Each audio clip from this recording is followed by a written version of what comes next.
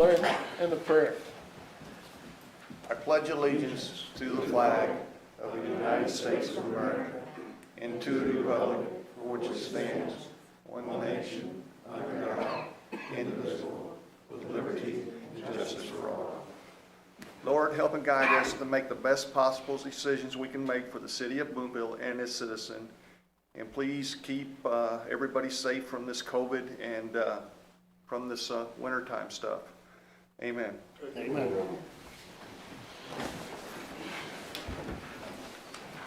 Roll call. Young, Here. Meadows. Here. Robertson. Hurt.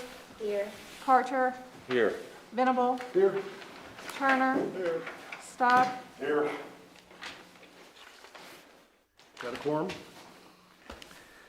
A hearing of citizens' comments. If there's anybody here that would like to say something or teach us something, you're more than welcome to come up to the podium. Thank you, Tony. Thank you. There being none, approval of the minutes of the December 21 council meeting. Are there any changes, deletions, or additions? They're on pages 3 through 6. There being no changes, then we will accept them.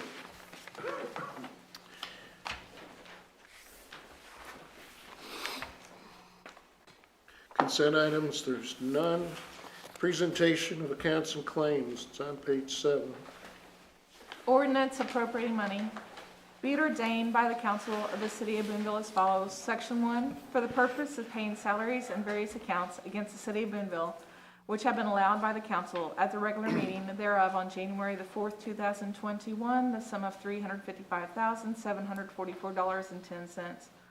General fund, $142,685.23. Sanitation, $3,912.78. CIP tax, $3,264.37. Waterworks, $86,665.73. Capital projects, $0.00. Wastewater, $85,952.09. Tourism, $7,654.31. Gaming, $8,123.83. Parks and Water, $537.74. Kemper sales tax, $16,948.02. Economic development projects, $0.00. Section 2, the accountant is hereby authorized and instructed to draw checks on the respective city bank accounts in favor of the persons whose salaries and accounts have been allowed as above, amounting to $355,744.10, being the total amount of money above appropriated. Section 3, this ordinance shall take effect and be enforced from and after its passage. First reading on January 4th, 2021. Read for the second time this January 4th, 2021, since a copy was made available prior to the meeting. Second reading, title only. Ordinance appropriating money. Mayor, our motion is to be approved. Thank you, Morris. There, second. Thank you, Whitney. Any conversation? Roll call.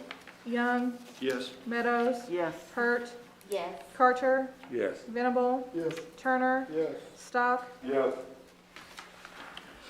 There is no unfinished business. New business. Receive request from city attorney for supplemental funding. It's on pages 8, 9, and 10. This is a fairly simple review that we do whenever there's excess expense over what had been allowed. This payment request for the Boonville City Attorney is for the first and second quarters of fiscal year 2020.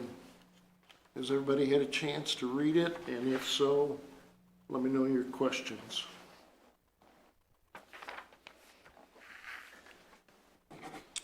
Is there a motion? Mayor, I'll make a motion to approve this request. Thank you, Whitney. Is there a second? I'll second. Thank you, Steve. Any questions or comments? The Albert? new pay schedule goes in effect January. April April 1. Or, well, 1. April April. 7th. After the election. After Sunday. After the election. After the Sunday meeting. Got it? I think Sundays ends up being the first Monday after the first commission It's the meeting. Tuesday after, the first Monday after the election. Okay, People know. okay, so the election's on the 6th. So the Monday after that is the 12th. It's gonna be the 13th. 13th, because it's a Tuesday. Ah, so I got it wrong that it was a Monday. April 13th, for those that want to put that on their calendar. It's stated in. Any other questions? Roll call. Young, Yes. Meadows, Yes.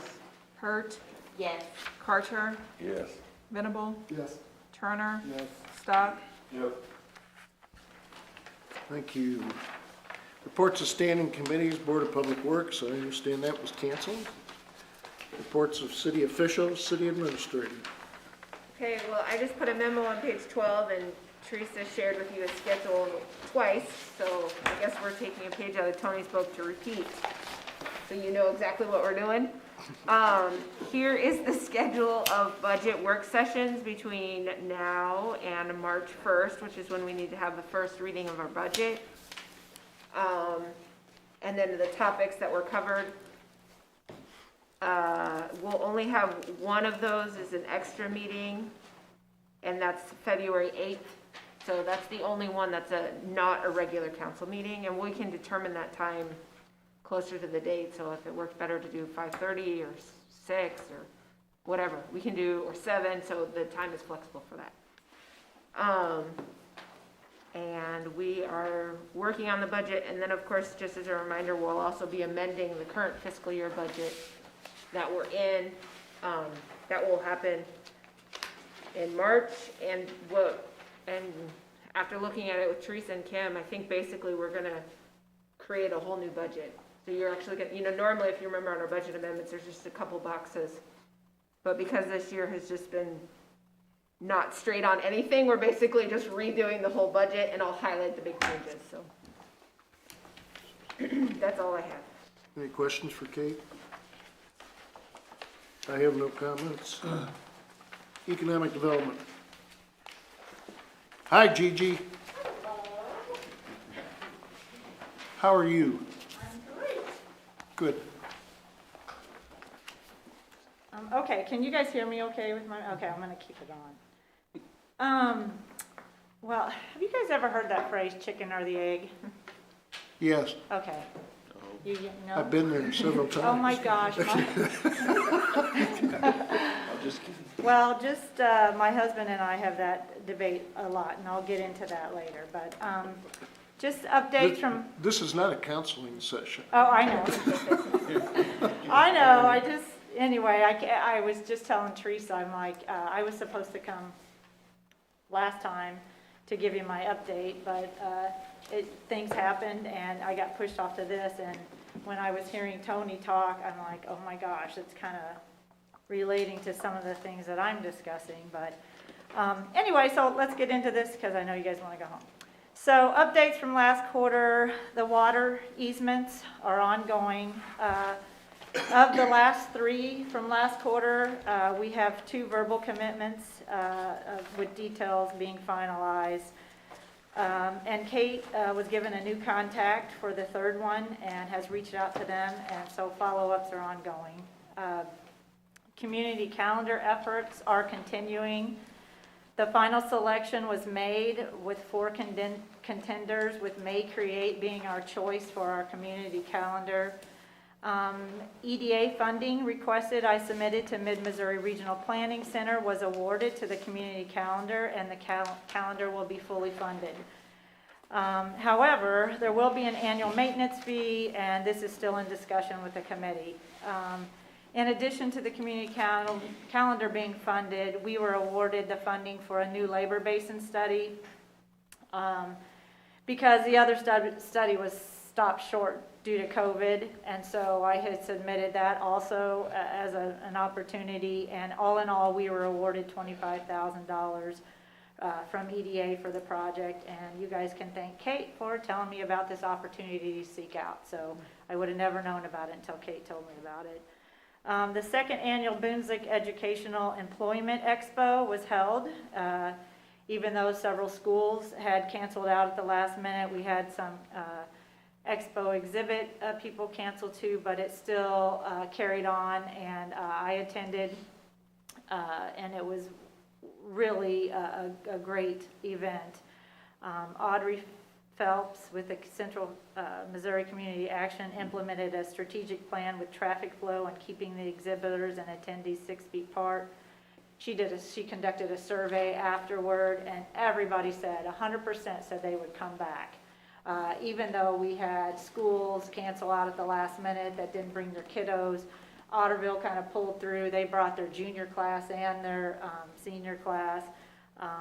And it turned out to be a great thing. And Carrie Reisner walked around with me, and we were talking to CMMG and to a lot of our other companies on what she could do to help them in training and what are they looking for. So there was just a lot of great discussion going on. I talked to State Fair about their robotics program and different technology training skills that they're having for the future workforce. So that was the second annual exhibit, and just to have a great positive response during all this mess was great. Of the RFI requests that we have submitted to Missouri Partnerships, the only active ones and or on hold are Project Tuna, Project Elsa, and Project Mighty. So there was, I think I told you last quarter, we had like 6 or 8. And those are the only 3 that we're holding on to. Wi-Fi continues to be expanded in and around the city. Project D Barracks Committee has been expanded to include Matt, the Executive Director of the YMCA, and Jill Ozier, the Education Coordinator of State Fair Community College. The committee is exploring 2 potential options for sustainability for the former D Barracks building. Matt reported at our last meeting that the YMCA cannot expand into D Barracks with the multi-purpose building gym because the state's child care regulations wouldn't allow it. But the multi-use of the barracks is still being explored with the Y and being a part of this expansion. So we have two scenarios that we're looking at, totally different, and hopefully we'll be able to report something to you guys one of these days. Mid-Missouri Regional Planning Center Zoom meeting was held to lay out their 5-year comprehensive plan for the region, which they do every 5 years. It was learned that this plan is based for is the base of many of the grants that we write or want to submit through them. So it was good that we were on that call to, so if we have something that we want to include, that we're part of that plan, that strategic plan that Mid-Missouri Regional is having. So some of the things like that is like where we got our grant money for the calendar, and that's where Ashland's getting their $4 million to bring in Rankin Mill. So that's a great resource for us to utilize and to stay in contact, and hopefully I'll get more involved with how that all works and learn more about it. I was able to, being on that Zoom call, was able to keep the facility of Kemper Military into the plans. So if anything comes up that we could utilize to ask for a grant or funding, that project's still in there. And I also added the Howard Cooper County Port in the overall 5-year plan to that. Montrose Group is a group out of Ohio. I was on a webinar about rural corporate sites and expansion into small communities. It was an amazing webinar on how rural areas are rebuilding their small communities by thinking outside the box. The webinar was 4 hours long, and it was amazing to hear the different things these communities in comparable size of Boonville have helped their communities thrive. Just to give you an idea, one was a really forward thinker. Back in the 70s, they invested in a mutual fund. So the interest off that mutual fund, they were able to take $3 million and invest back into the community. Another site, they had a river that they never utilized, the view. And you know how a lot of communities, like Branson and other ones, use that riverfront. They turned their town that faced against the river, had the faces on the back. So now there's like a river walk and stuff, and it really has brought a lot of people in for it. So a lot of different things going on, and there was so much more, but I won't get into all that. But I would like to revisit this at a later date and dig deeper in exploring some of these concepts, and hope we can get a group appointed to not only research but implement some of these ideas. I'm continuing to reach out and gather data on the number of attendees that have been visiting our Missouri Soccer Park. I'm hoping to collaborate an effort where these visitors can shop and stay a weekend in Boonville. Many of our businesses were not aware of these activities.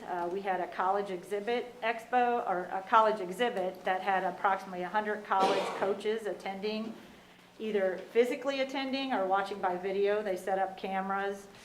We had the Olympic development team tryouts again in October, and he didn't have numbers for me this year, but last year, if you guys recall, I said there were 600 families that came. And Jimmy Barroda also reported that there was a lacrosse tournament held there, and he said there was even more people there than the Olympic tryout. So with golf tournaments, baseball tournaments, softball, soccer tournaments, the MKT trail, I believe we can do a better job of communicating so businesses can market their goods and or places. Our future community calendar will help in this goal with a one-stop shop for all activities to be posted on one site instead of having to scroll through 10 million, because you know you won't do that. So hopefully this community calendar will get up and running, and we'll have one place to market our whole town. My work is ongoing, working with several different investors, businesses, developers, and or entrepreneurs. Continued outreach is being done in collaboration with the owners of the former Nordine building also. Now the chicken or the egg topic, housing. I think I came to you guys one time, if you recall. I had someone that I was on the final interview with 200 jobs. One of the questions the site selector asked me was, what's our housing market look like? And at the time, I knew we only had 13 active houses in the whole county of Cooper at that time. Housing is still a hot topic with corporate requests and what we have available, year-over-year comparison. And I pulled this data if anyone wants to look at it. For Boonville shows that active listings have decreased in Boonville per the Central Board of Realtors data since 2014. Sales after that year increased, with listings continuing to decrease. It was in 2017 the lack of available homes started to be recognized by the city, and Mayor Thatcher organized a task force which reported their findings to the council, I think, in 2018. Today is no different. Per the combination, now we have a lot of Columbia realtors coming over here. So I looked at both the Central Board and the Columbia Board, pulled their data together, and with both of those boards pulled together, we have 27 active listings with a Boonville address, which that's outside the town of Boonville also. And of those active listings, there's only 14 of them that are active. The rest are pending. So there's 14 active listings right now, today, in both the Columbia and Central Board MLS. If we're going to get companies, we have nowhere to put their employees, so that's where the chicken or the egg, which one came first. So I just think it's really important that we think about this and know really what's going on out there. So who backfilled those houses, say when Nordine shut down or whatever, when we had more industries in Boonville? Those industries left. Yeah. Did the people stay? Well, some did, some left, but we've got a lot of movement from Columbia. But I'm saying, so we had the industries and we had the housing at that point. At that We point, lost the industries. We didn't lose any housing. no, because people were moving in here. But isn't that amazing, Whitney, how we have maintained Yeah, our, we're, like he said, we haven't grown, but we haven't lost either. And we have high demand, we have low supply. So We do. free market, when I look at that, it should be a no-brainer for building houses. It should be a no-brainer for building Yeah. houses. And it should But- work on the free market. But, there is houses being built here, but you're missing the cost that it costs to build these houses and what people are willing to pay for them in a smaller community. We don't have all the bells and whistles that Columbia has. And we have people building 3-acre sites with septic systems, but we don't have anyone building them on smaller tracts. I mean, we have one that's looking about doing it. We don't have a 400 home subdivision, I can tell you that. And you get someone in here with 200 jobs, those little 3-acre lots, guess what they're asking for them? 65 to 100, one of them's 200. Off of Santa Fe, off of Highway 179. Those ones off 179, how long are those staying on the market? Well, the last time I looked, the one subdivision had already had 4 under contract At that price range? at that price range. But that's not if you want a manufacturing to come in here, you're not gonna find your employees to be able to pay that price range. That's why it's important to be able to get more, I hate the word affordable, but something that's reasonable maybe is a better choice of a word. So employers can buy houses instead of renting here. And speaking of renting, we don't have a lot of rental property either. Anytime I put one of mine out, it's gone like that. So all this is kind of working in this position. All these pieces kind of put this puzzle are all linked together and need to come together for Boonville to grow. We are stronger working together for a common goal. This needs to be a team effort on the city council, who is going to play the biggest probably role in this effort. I'll call you guys the Patrick Mahomes of the team, but I also want to tell you guys here are some of the other team players that I have learned through working this job, who are all a very important part of making this all work together. So we need to keep our workforce here in the area, and how are we doing that? By doing what Carrie Reisner and Kathy Scott are doing out at the Boonslick Technical Education Center, by starting new classes to meet today's industry's needs, like engineering, computer technology, and many others. Carrie is going out there and asking, when I was there at that expo, asking them, what are you needing? What can you do? When we were with CMMG, I was just watching her work, and she said, what are you doing? And I, what are you guys needing? And they were conversing, and I said, gosh, do you guys have any old equipment that maybe she could utilize to train and skill these workers? And they said, well, we usually give it to Moberly Junior College, but we'll think about it. So just being out there and conversing with them is a way we can keep our workers here and train them here too. And Carrie and that tech school is a huge asset to our community. I'm so excited they're here. So how do we need to keep our workforce here? By doing what Bethany Pfeiffer and Jill Ozier are doing with SFCC to further educate, train, and guide our workforce. By doing what Audrey Phelps with Central Missouri Community Action, bringing colleges, corporations, and available workforce area students to the Education Employment Expo at the Isle. By doing what Jennifer Shank and Sherry Major with Missouri Women's Business Center are doing with the Launch You class for entrepreneurs. That was an amazing class, and I would recommend anyone who wants to start a business to take it. It walks you through the process. By building more reasonable price homes, as you have heard and seen in the goal of the Thurman project, is all how we are going to be able to keep our workforce here. If we outprice these homes, we're not going to be able to keep the workforce here. They're going to drive in. We need to help our businesses grow in the area, and how do we do that? Like Karen Esser is doing with the Boonslick Area Chamber of Commerce, and creating new ideas and working to perfect them each year for local businesses to succeed and grow. She tripled 2019 Shop Local promotion, which was in 2019 $33,714 to this year, tripling it to, or over that, $124,348 in sales.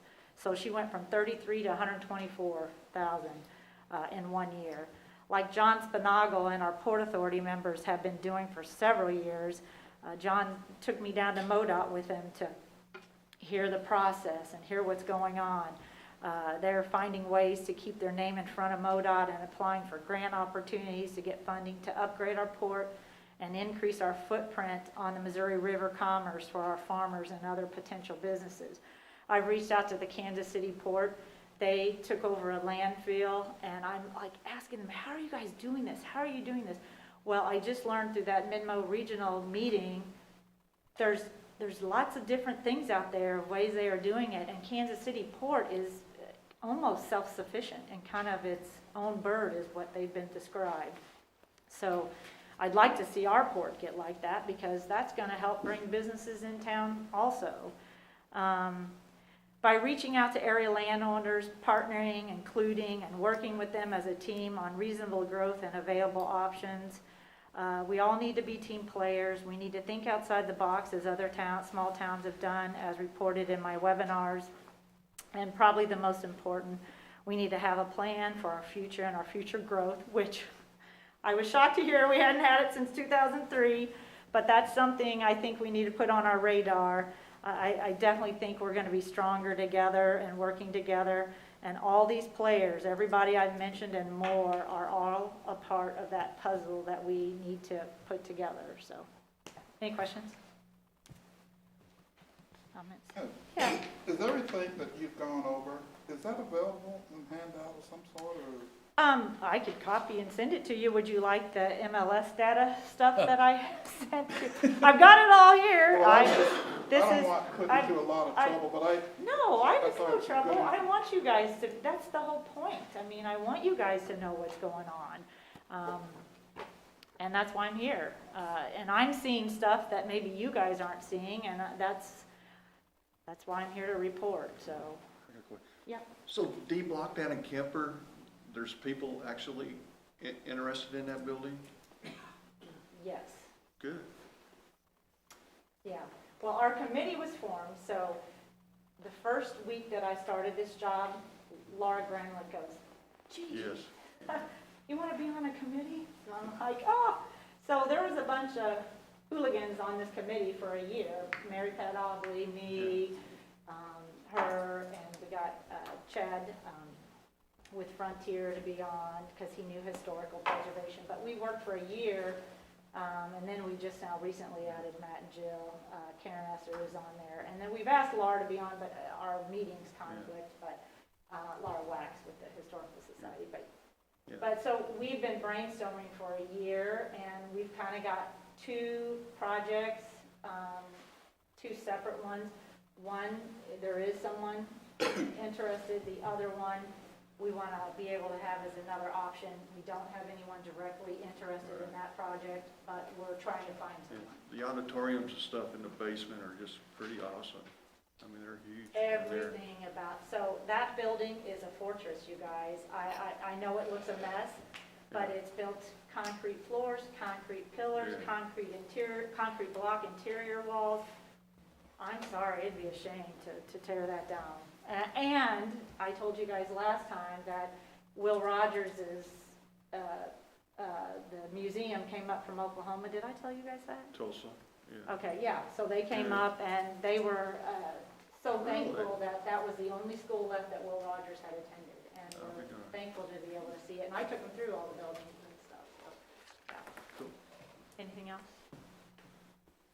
Albert, I'll get you a copy. Anyone else want copies? Okay, okay. Yeah, sure. I'll just. Thanks, Gigi. All right. City Clerk. I do have one thing this evening. I have a filing update. As of today's date, there has been one filing for the April 6, 2021 municipal election. It is Morris Carter for Ward 4 councilman seat. The upcoming election is for the 4 council seats located on the north side of the chambers, which is to my right, which usually consists of Michael Stock, Albert Turner, Whitney Venable, and Morris Carter, and then also for the office of city attorney, all of which are for 2-year terms. The filing period for the election will close on January the 19th, 2021, 5 p.m. Interested parties will complete a declaration of candidacy, pay a $25 filing fee with the city clerk at City Hall located at 401 Main Street in Boonville. The candidate will have to affirm that state income taxes, personal property taxes, municipal taxes, and property taxes have all been paid. And that's all I have this evening. The council people are 2-year terms. That's correct, they're all 2-year terms. Okay, I thought you said 4. I No. guess my ear was not working right. Any questions of Teresa? Any miscellaneous? Oh, Morris. All these food trucks, does anybody make sure they got city license? What? The food trucks? Occasionally, a couple of things. One, if a lot of food trucks do come in early on, if they already know they're coming and acquire a license. So, off the top of my head, I think there was the one called Big Cheese that was here for a little while. So that one, I just remember I happened to take their business license. If they are here on a day, sometimes the police officers will ask them for their business license, but if they're there and they don't have a business license, I mean, we could make them go home, but that's about the only recourse that we really have in that moment, so, you Well, I know. mean, they're really taking away from our restaurants. I mean, there's one coming tomorrow Mhm. that's been, Wednesday at Orscheln's, Mhm. which has really been promoted. They're selling fish. I mean, I don't know what does everybody think? I mean, we got businesses out there that buy a business license, and these people comes in for, Well, you got 2 issues. You got the license, you got sales tax. Yeah. well, that's what I'm talking about. Yeah. We're Steve? technically, They can report that sales tax paid here, or collected here in Boonville, if they do it right. Yeah. Right.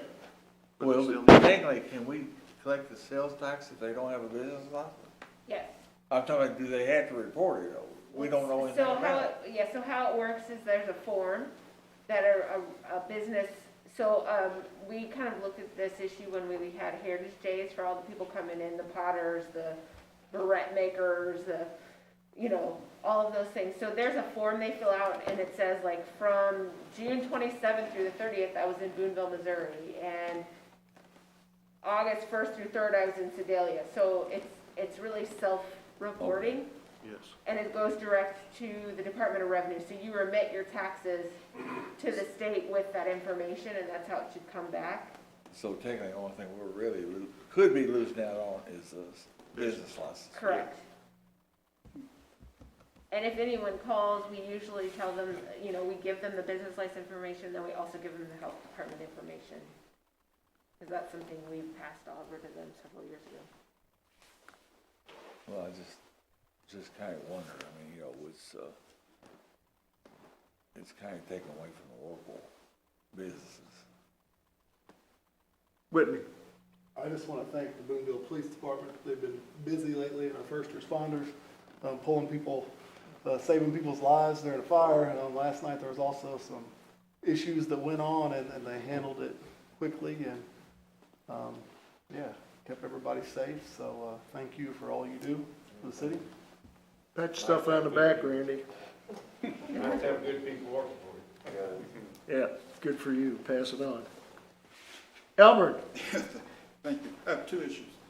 I too want to thank all of you, department head, Kate, Teresa, all of you that makes this city run. I just want to thank you for a good year, 2020, and we appreciate all that you do. You seem to do a good job. We appreciate that. So I wanted to pass that along. Please pass it along to your staff. The other issue is vaccines. We went through this whole deal with the testing and all for COVID. Okay. Now the issue is the vaccine. I have to tell you, I just feel like Cooper County is not getting the representation that we need or should have. We all pay taxes here just like they do in Boone County. I pay as much as probably, but yet when vaccines come out, you can't even get information as to when we may get vaccines.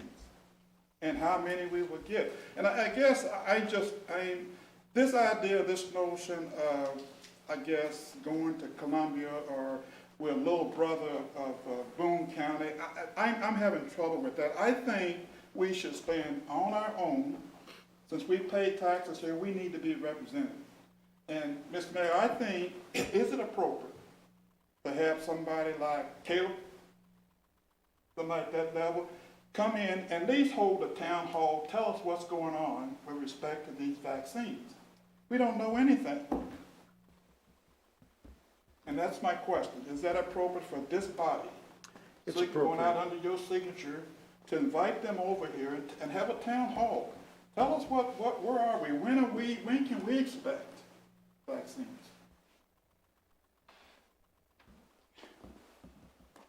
I think it's appropriate, Mark. What do we need to do it? Yeah, we need to do it. Okay, let me find out how to do it. Okay, I appreciate that. You're gonna put that one on me, aren't you? Oh, yeah? Yeah. I could see that coming there, Albert. It was, I do think that finger kept flopping over this way. yeah, I just kept looking at it.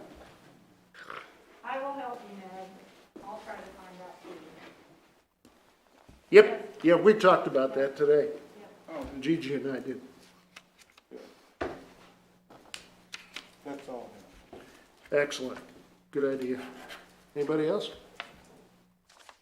Who's got the motion?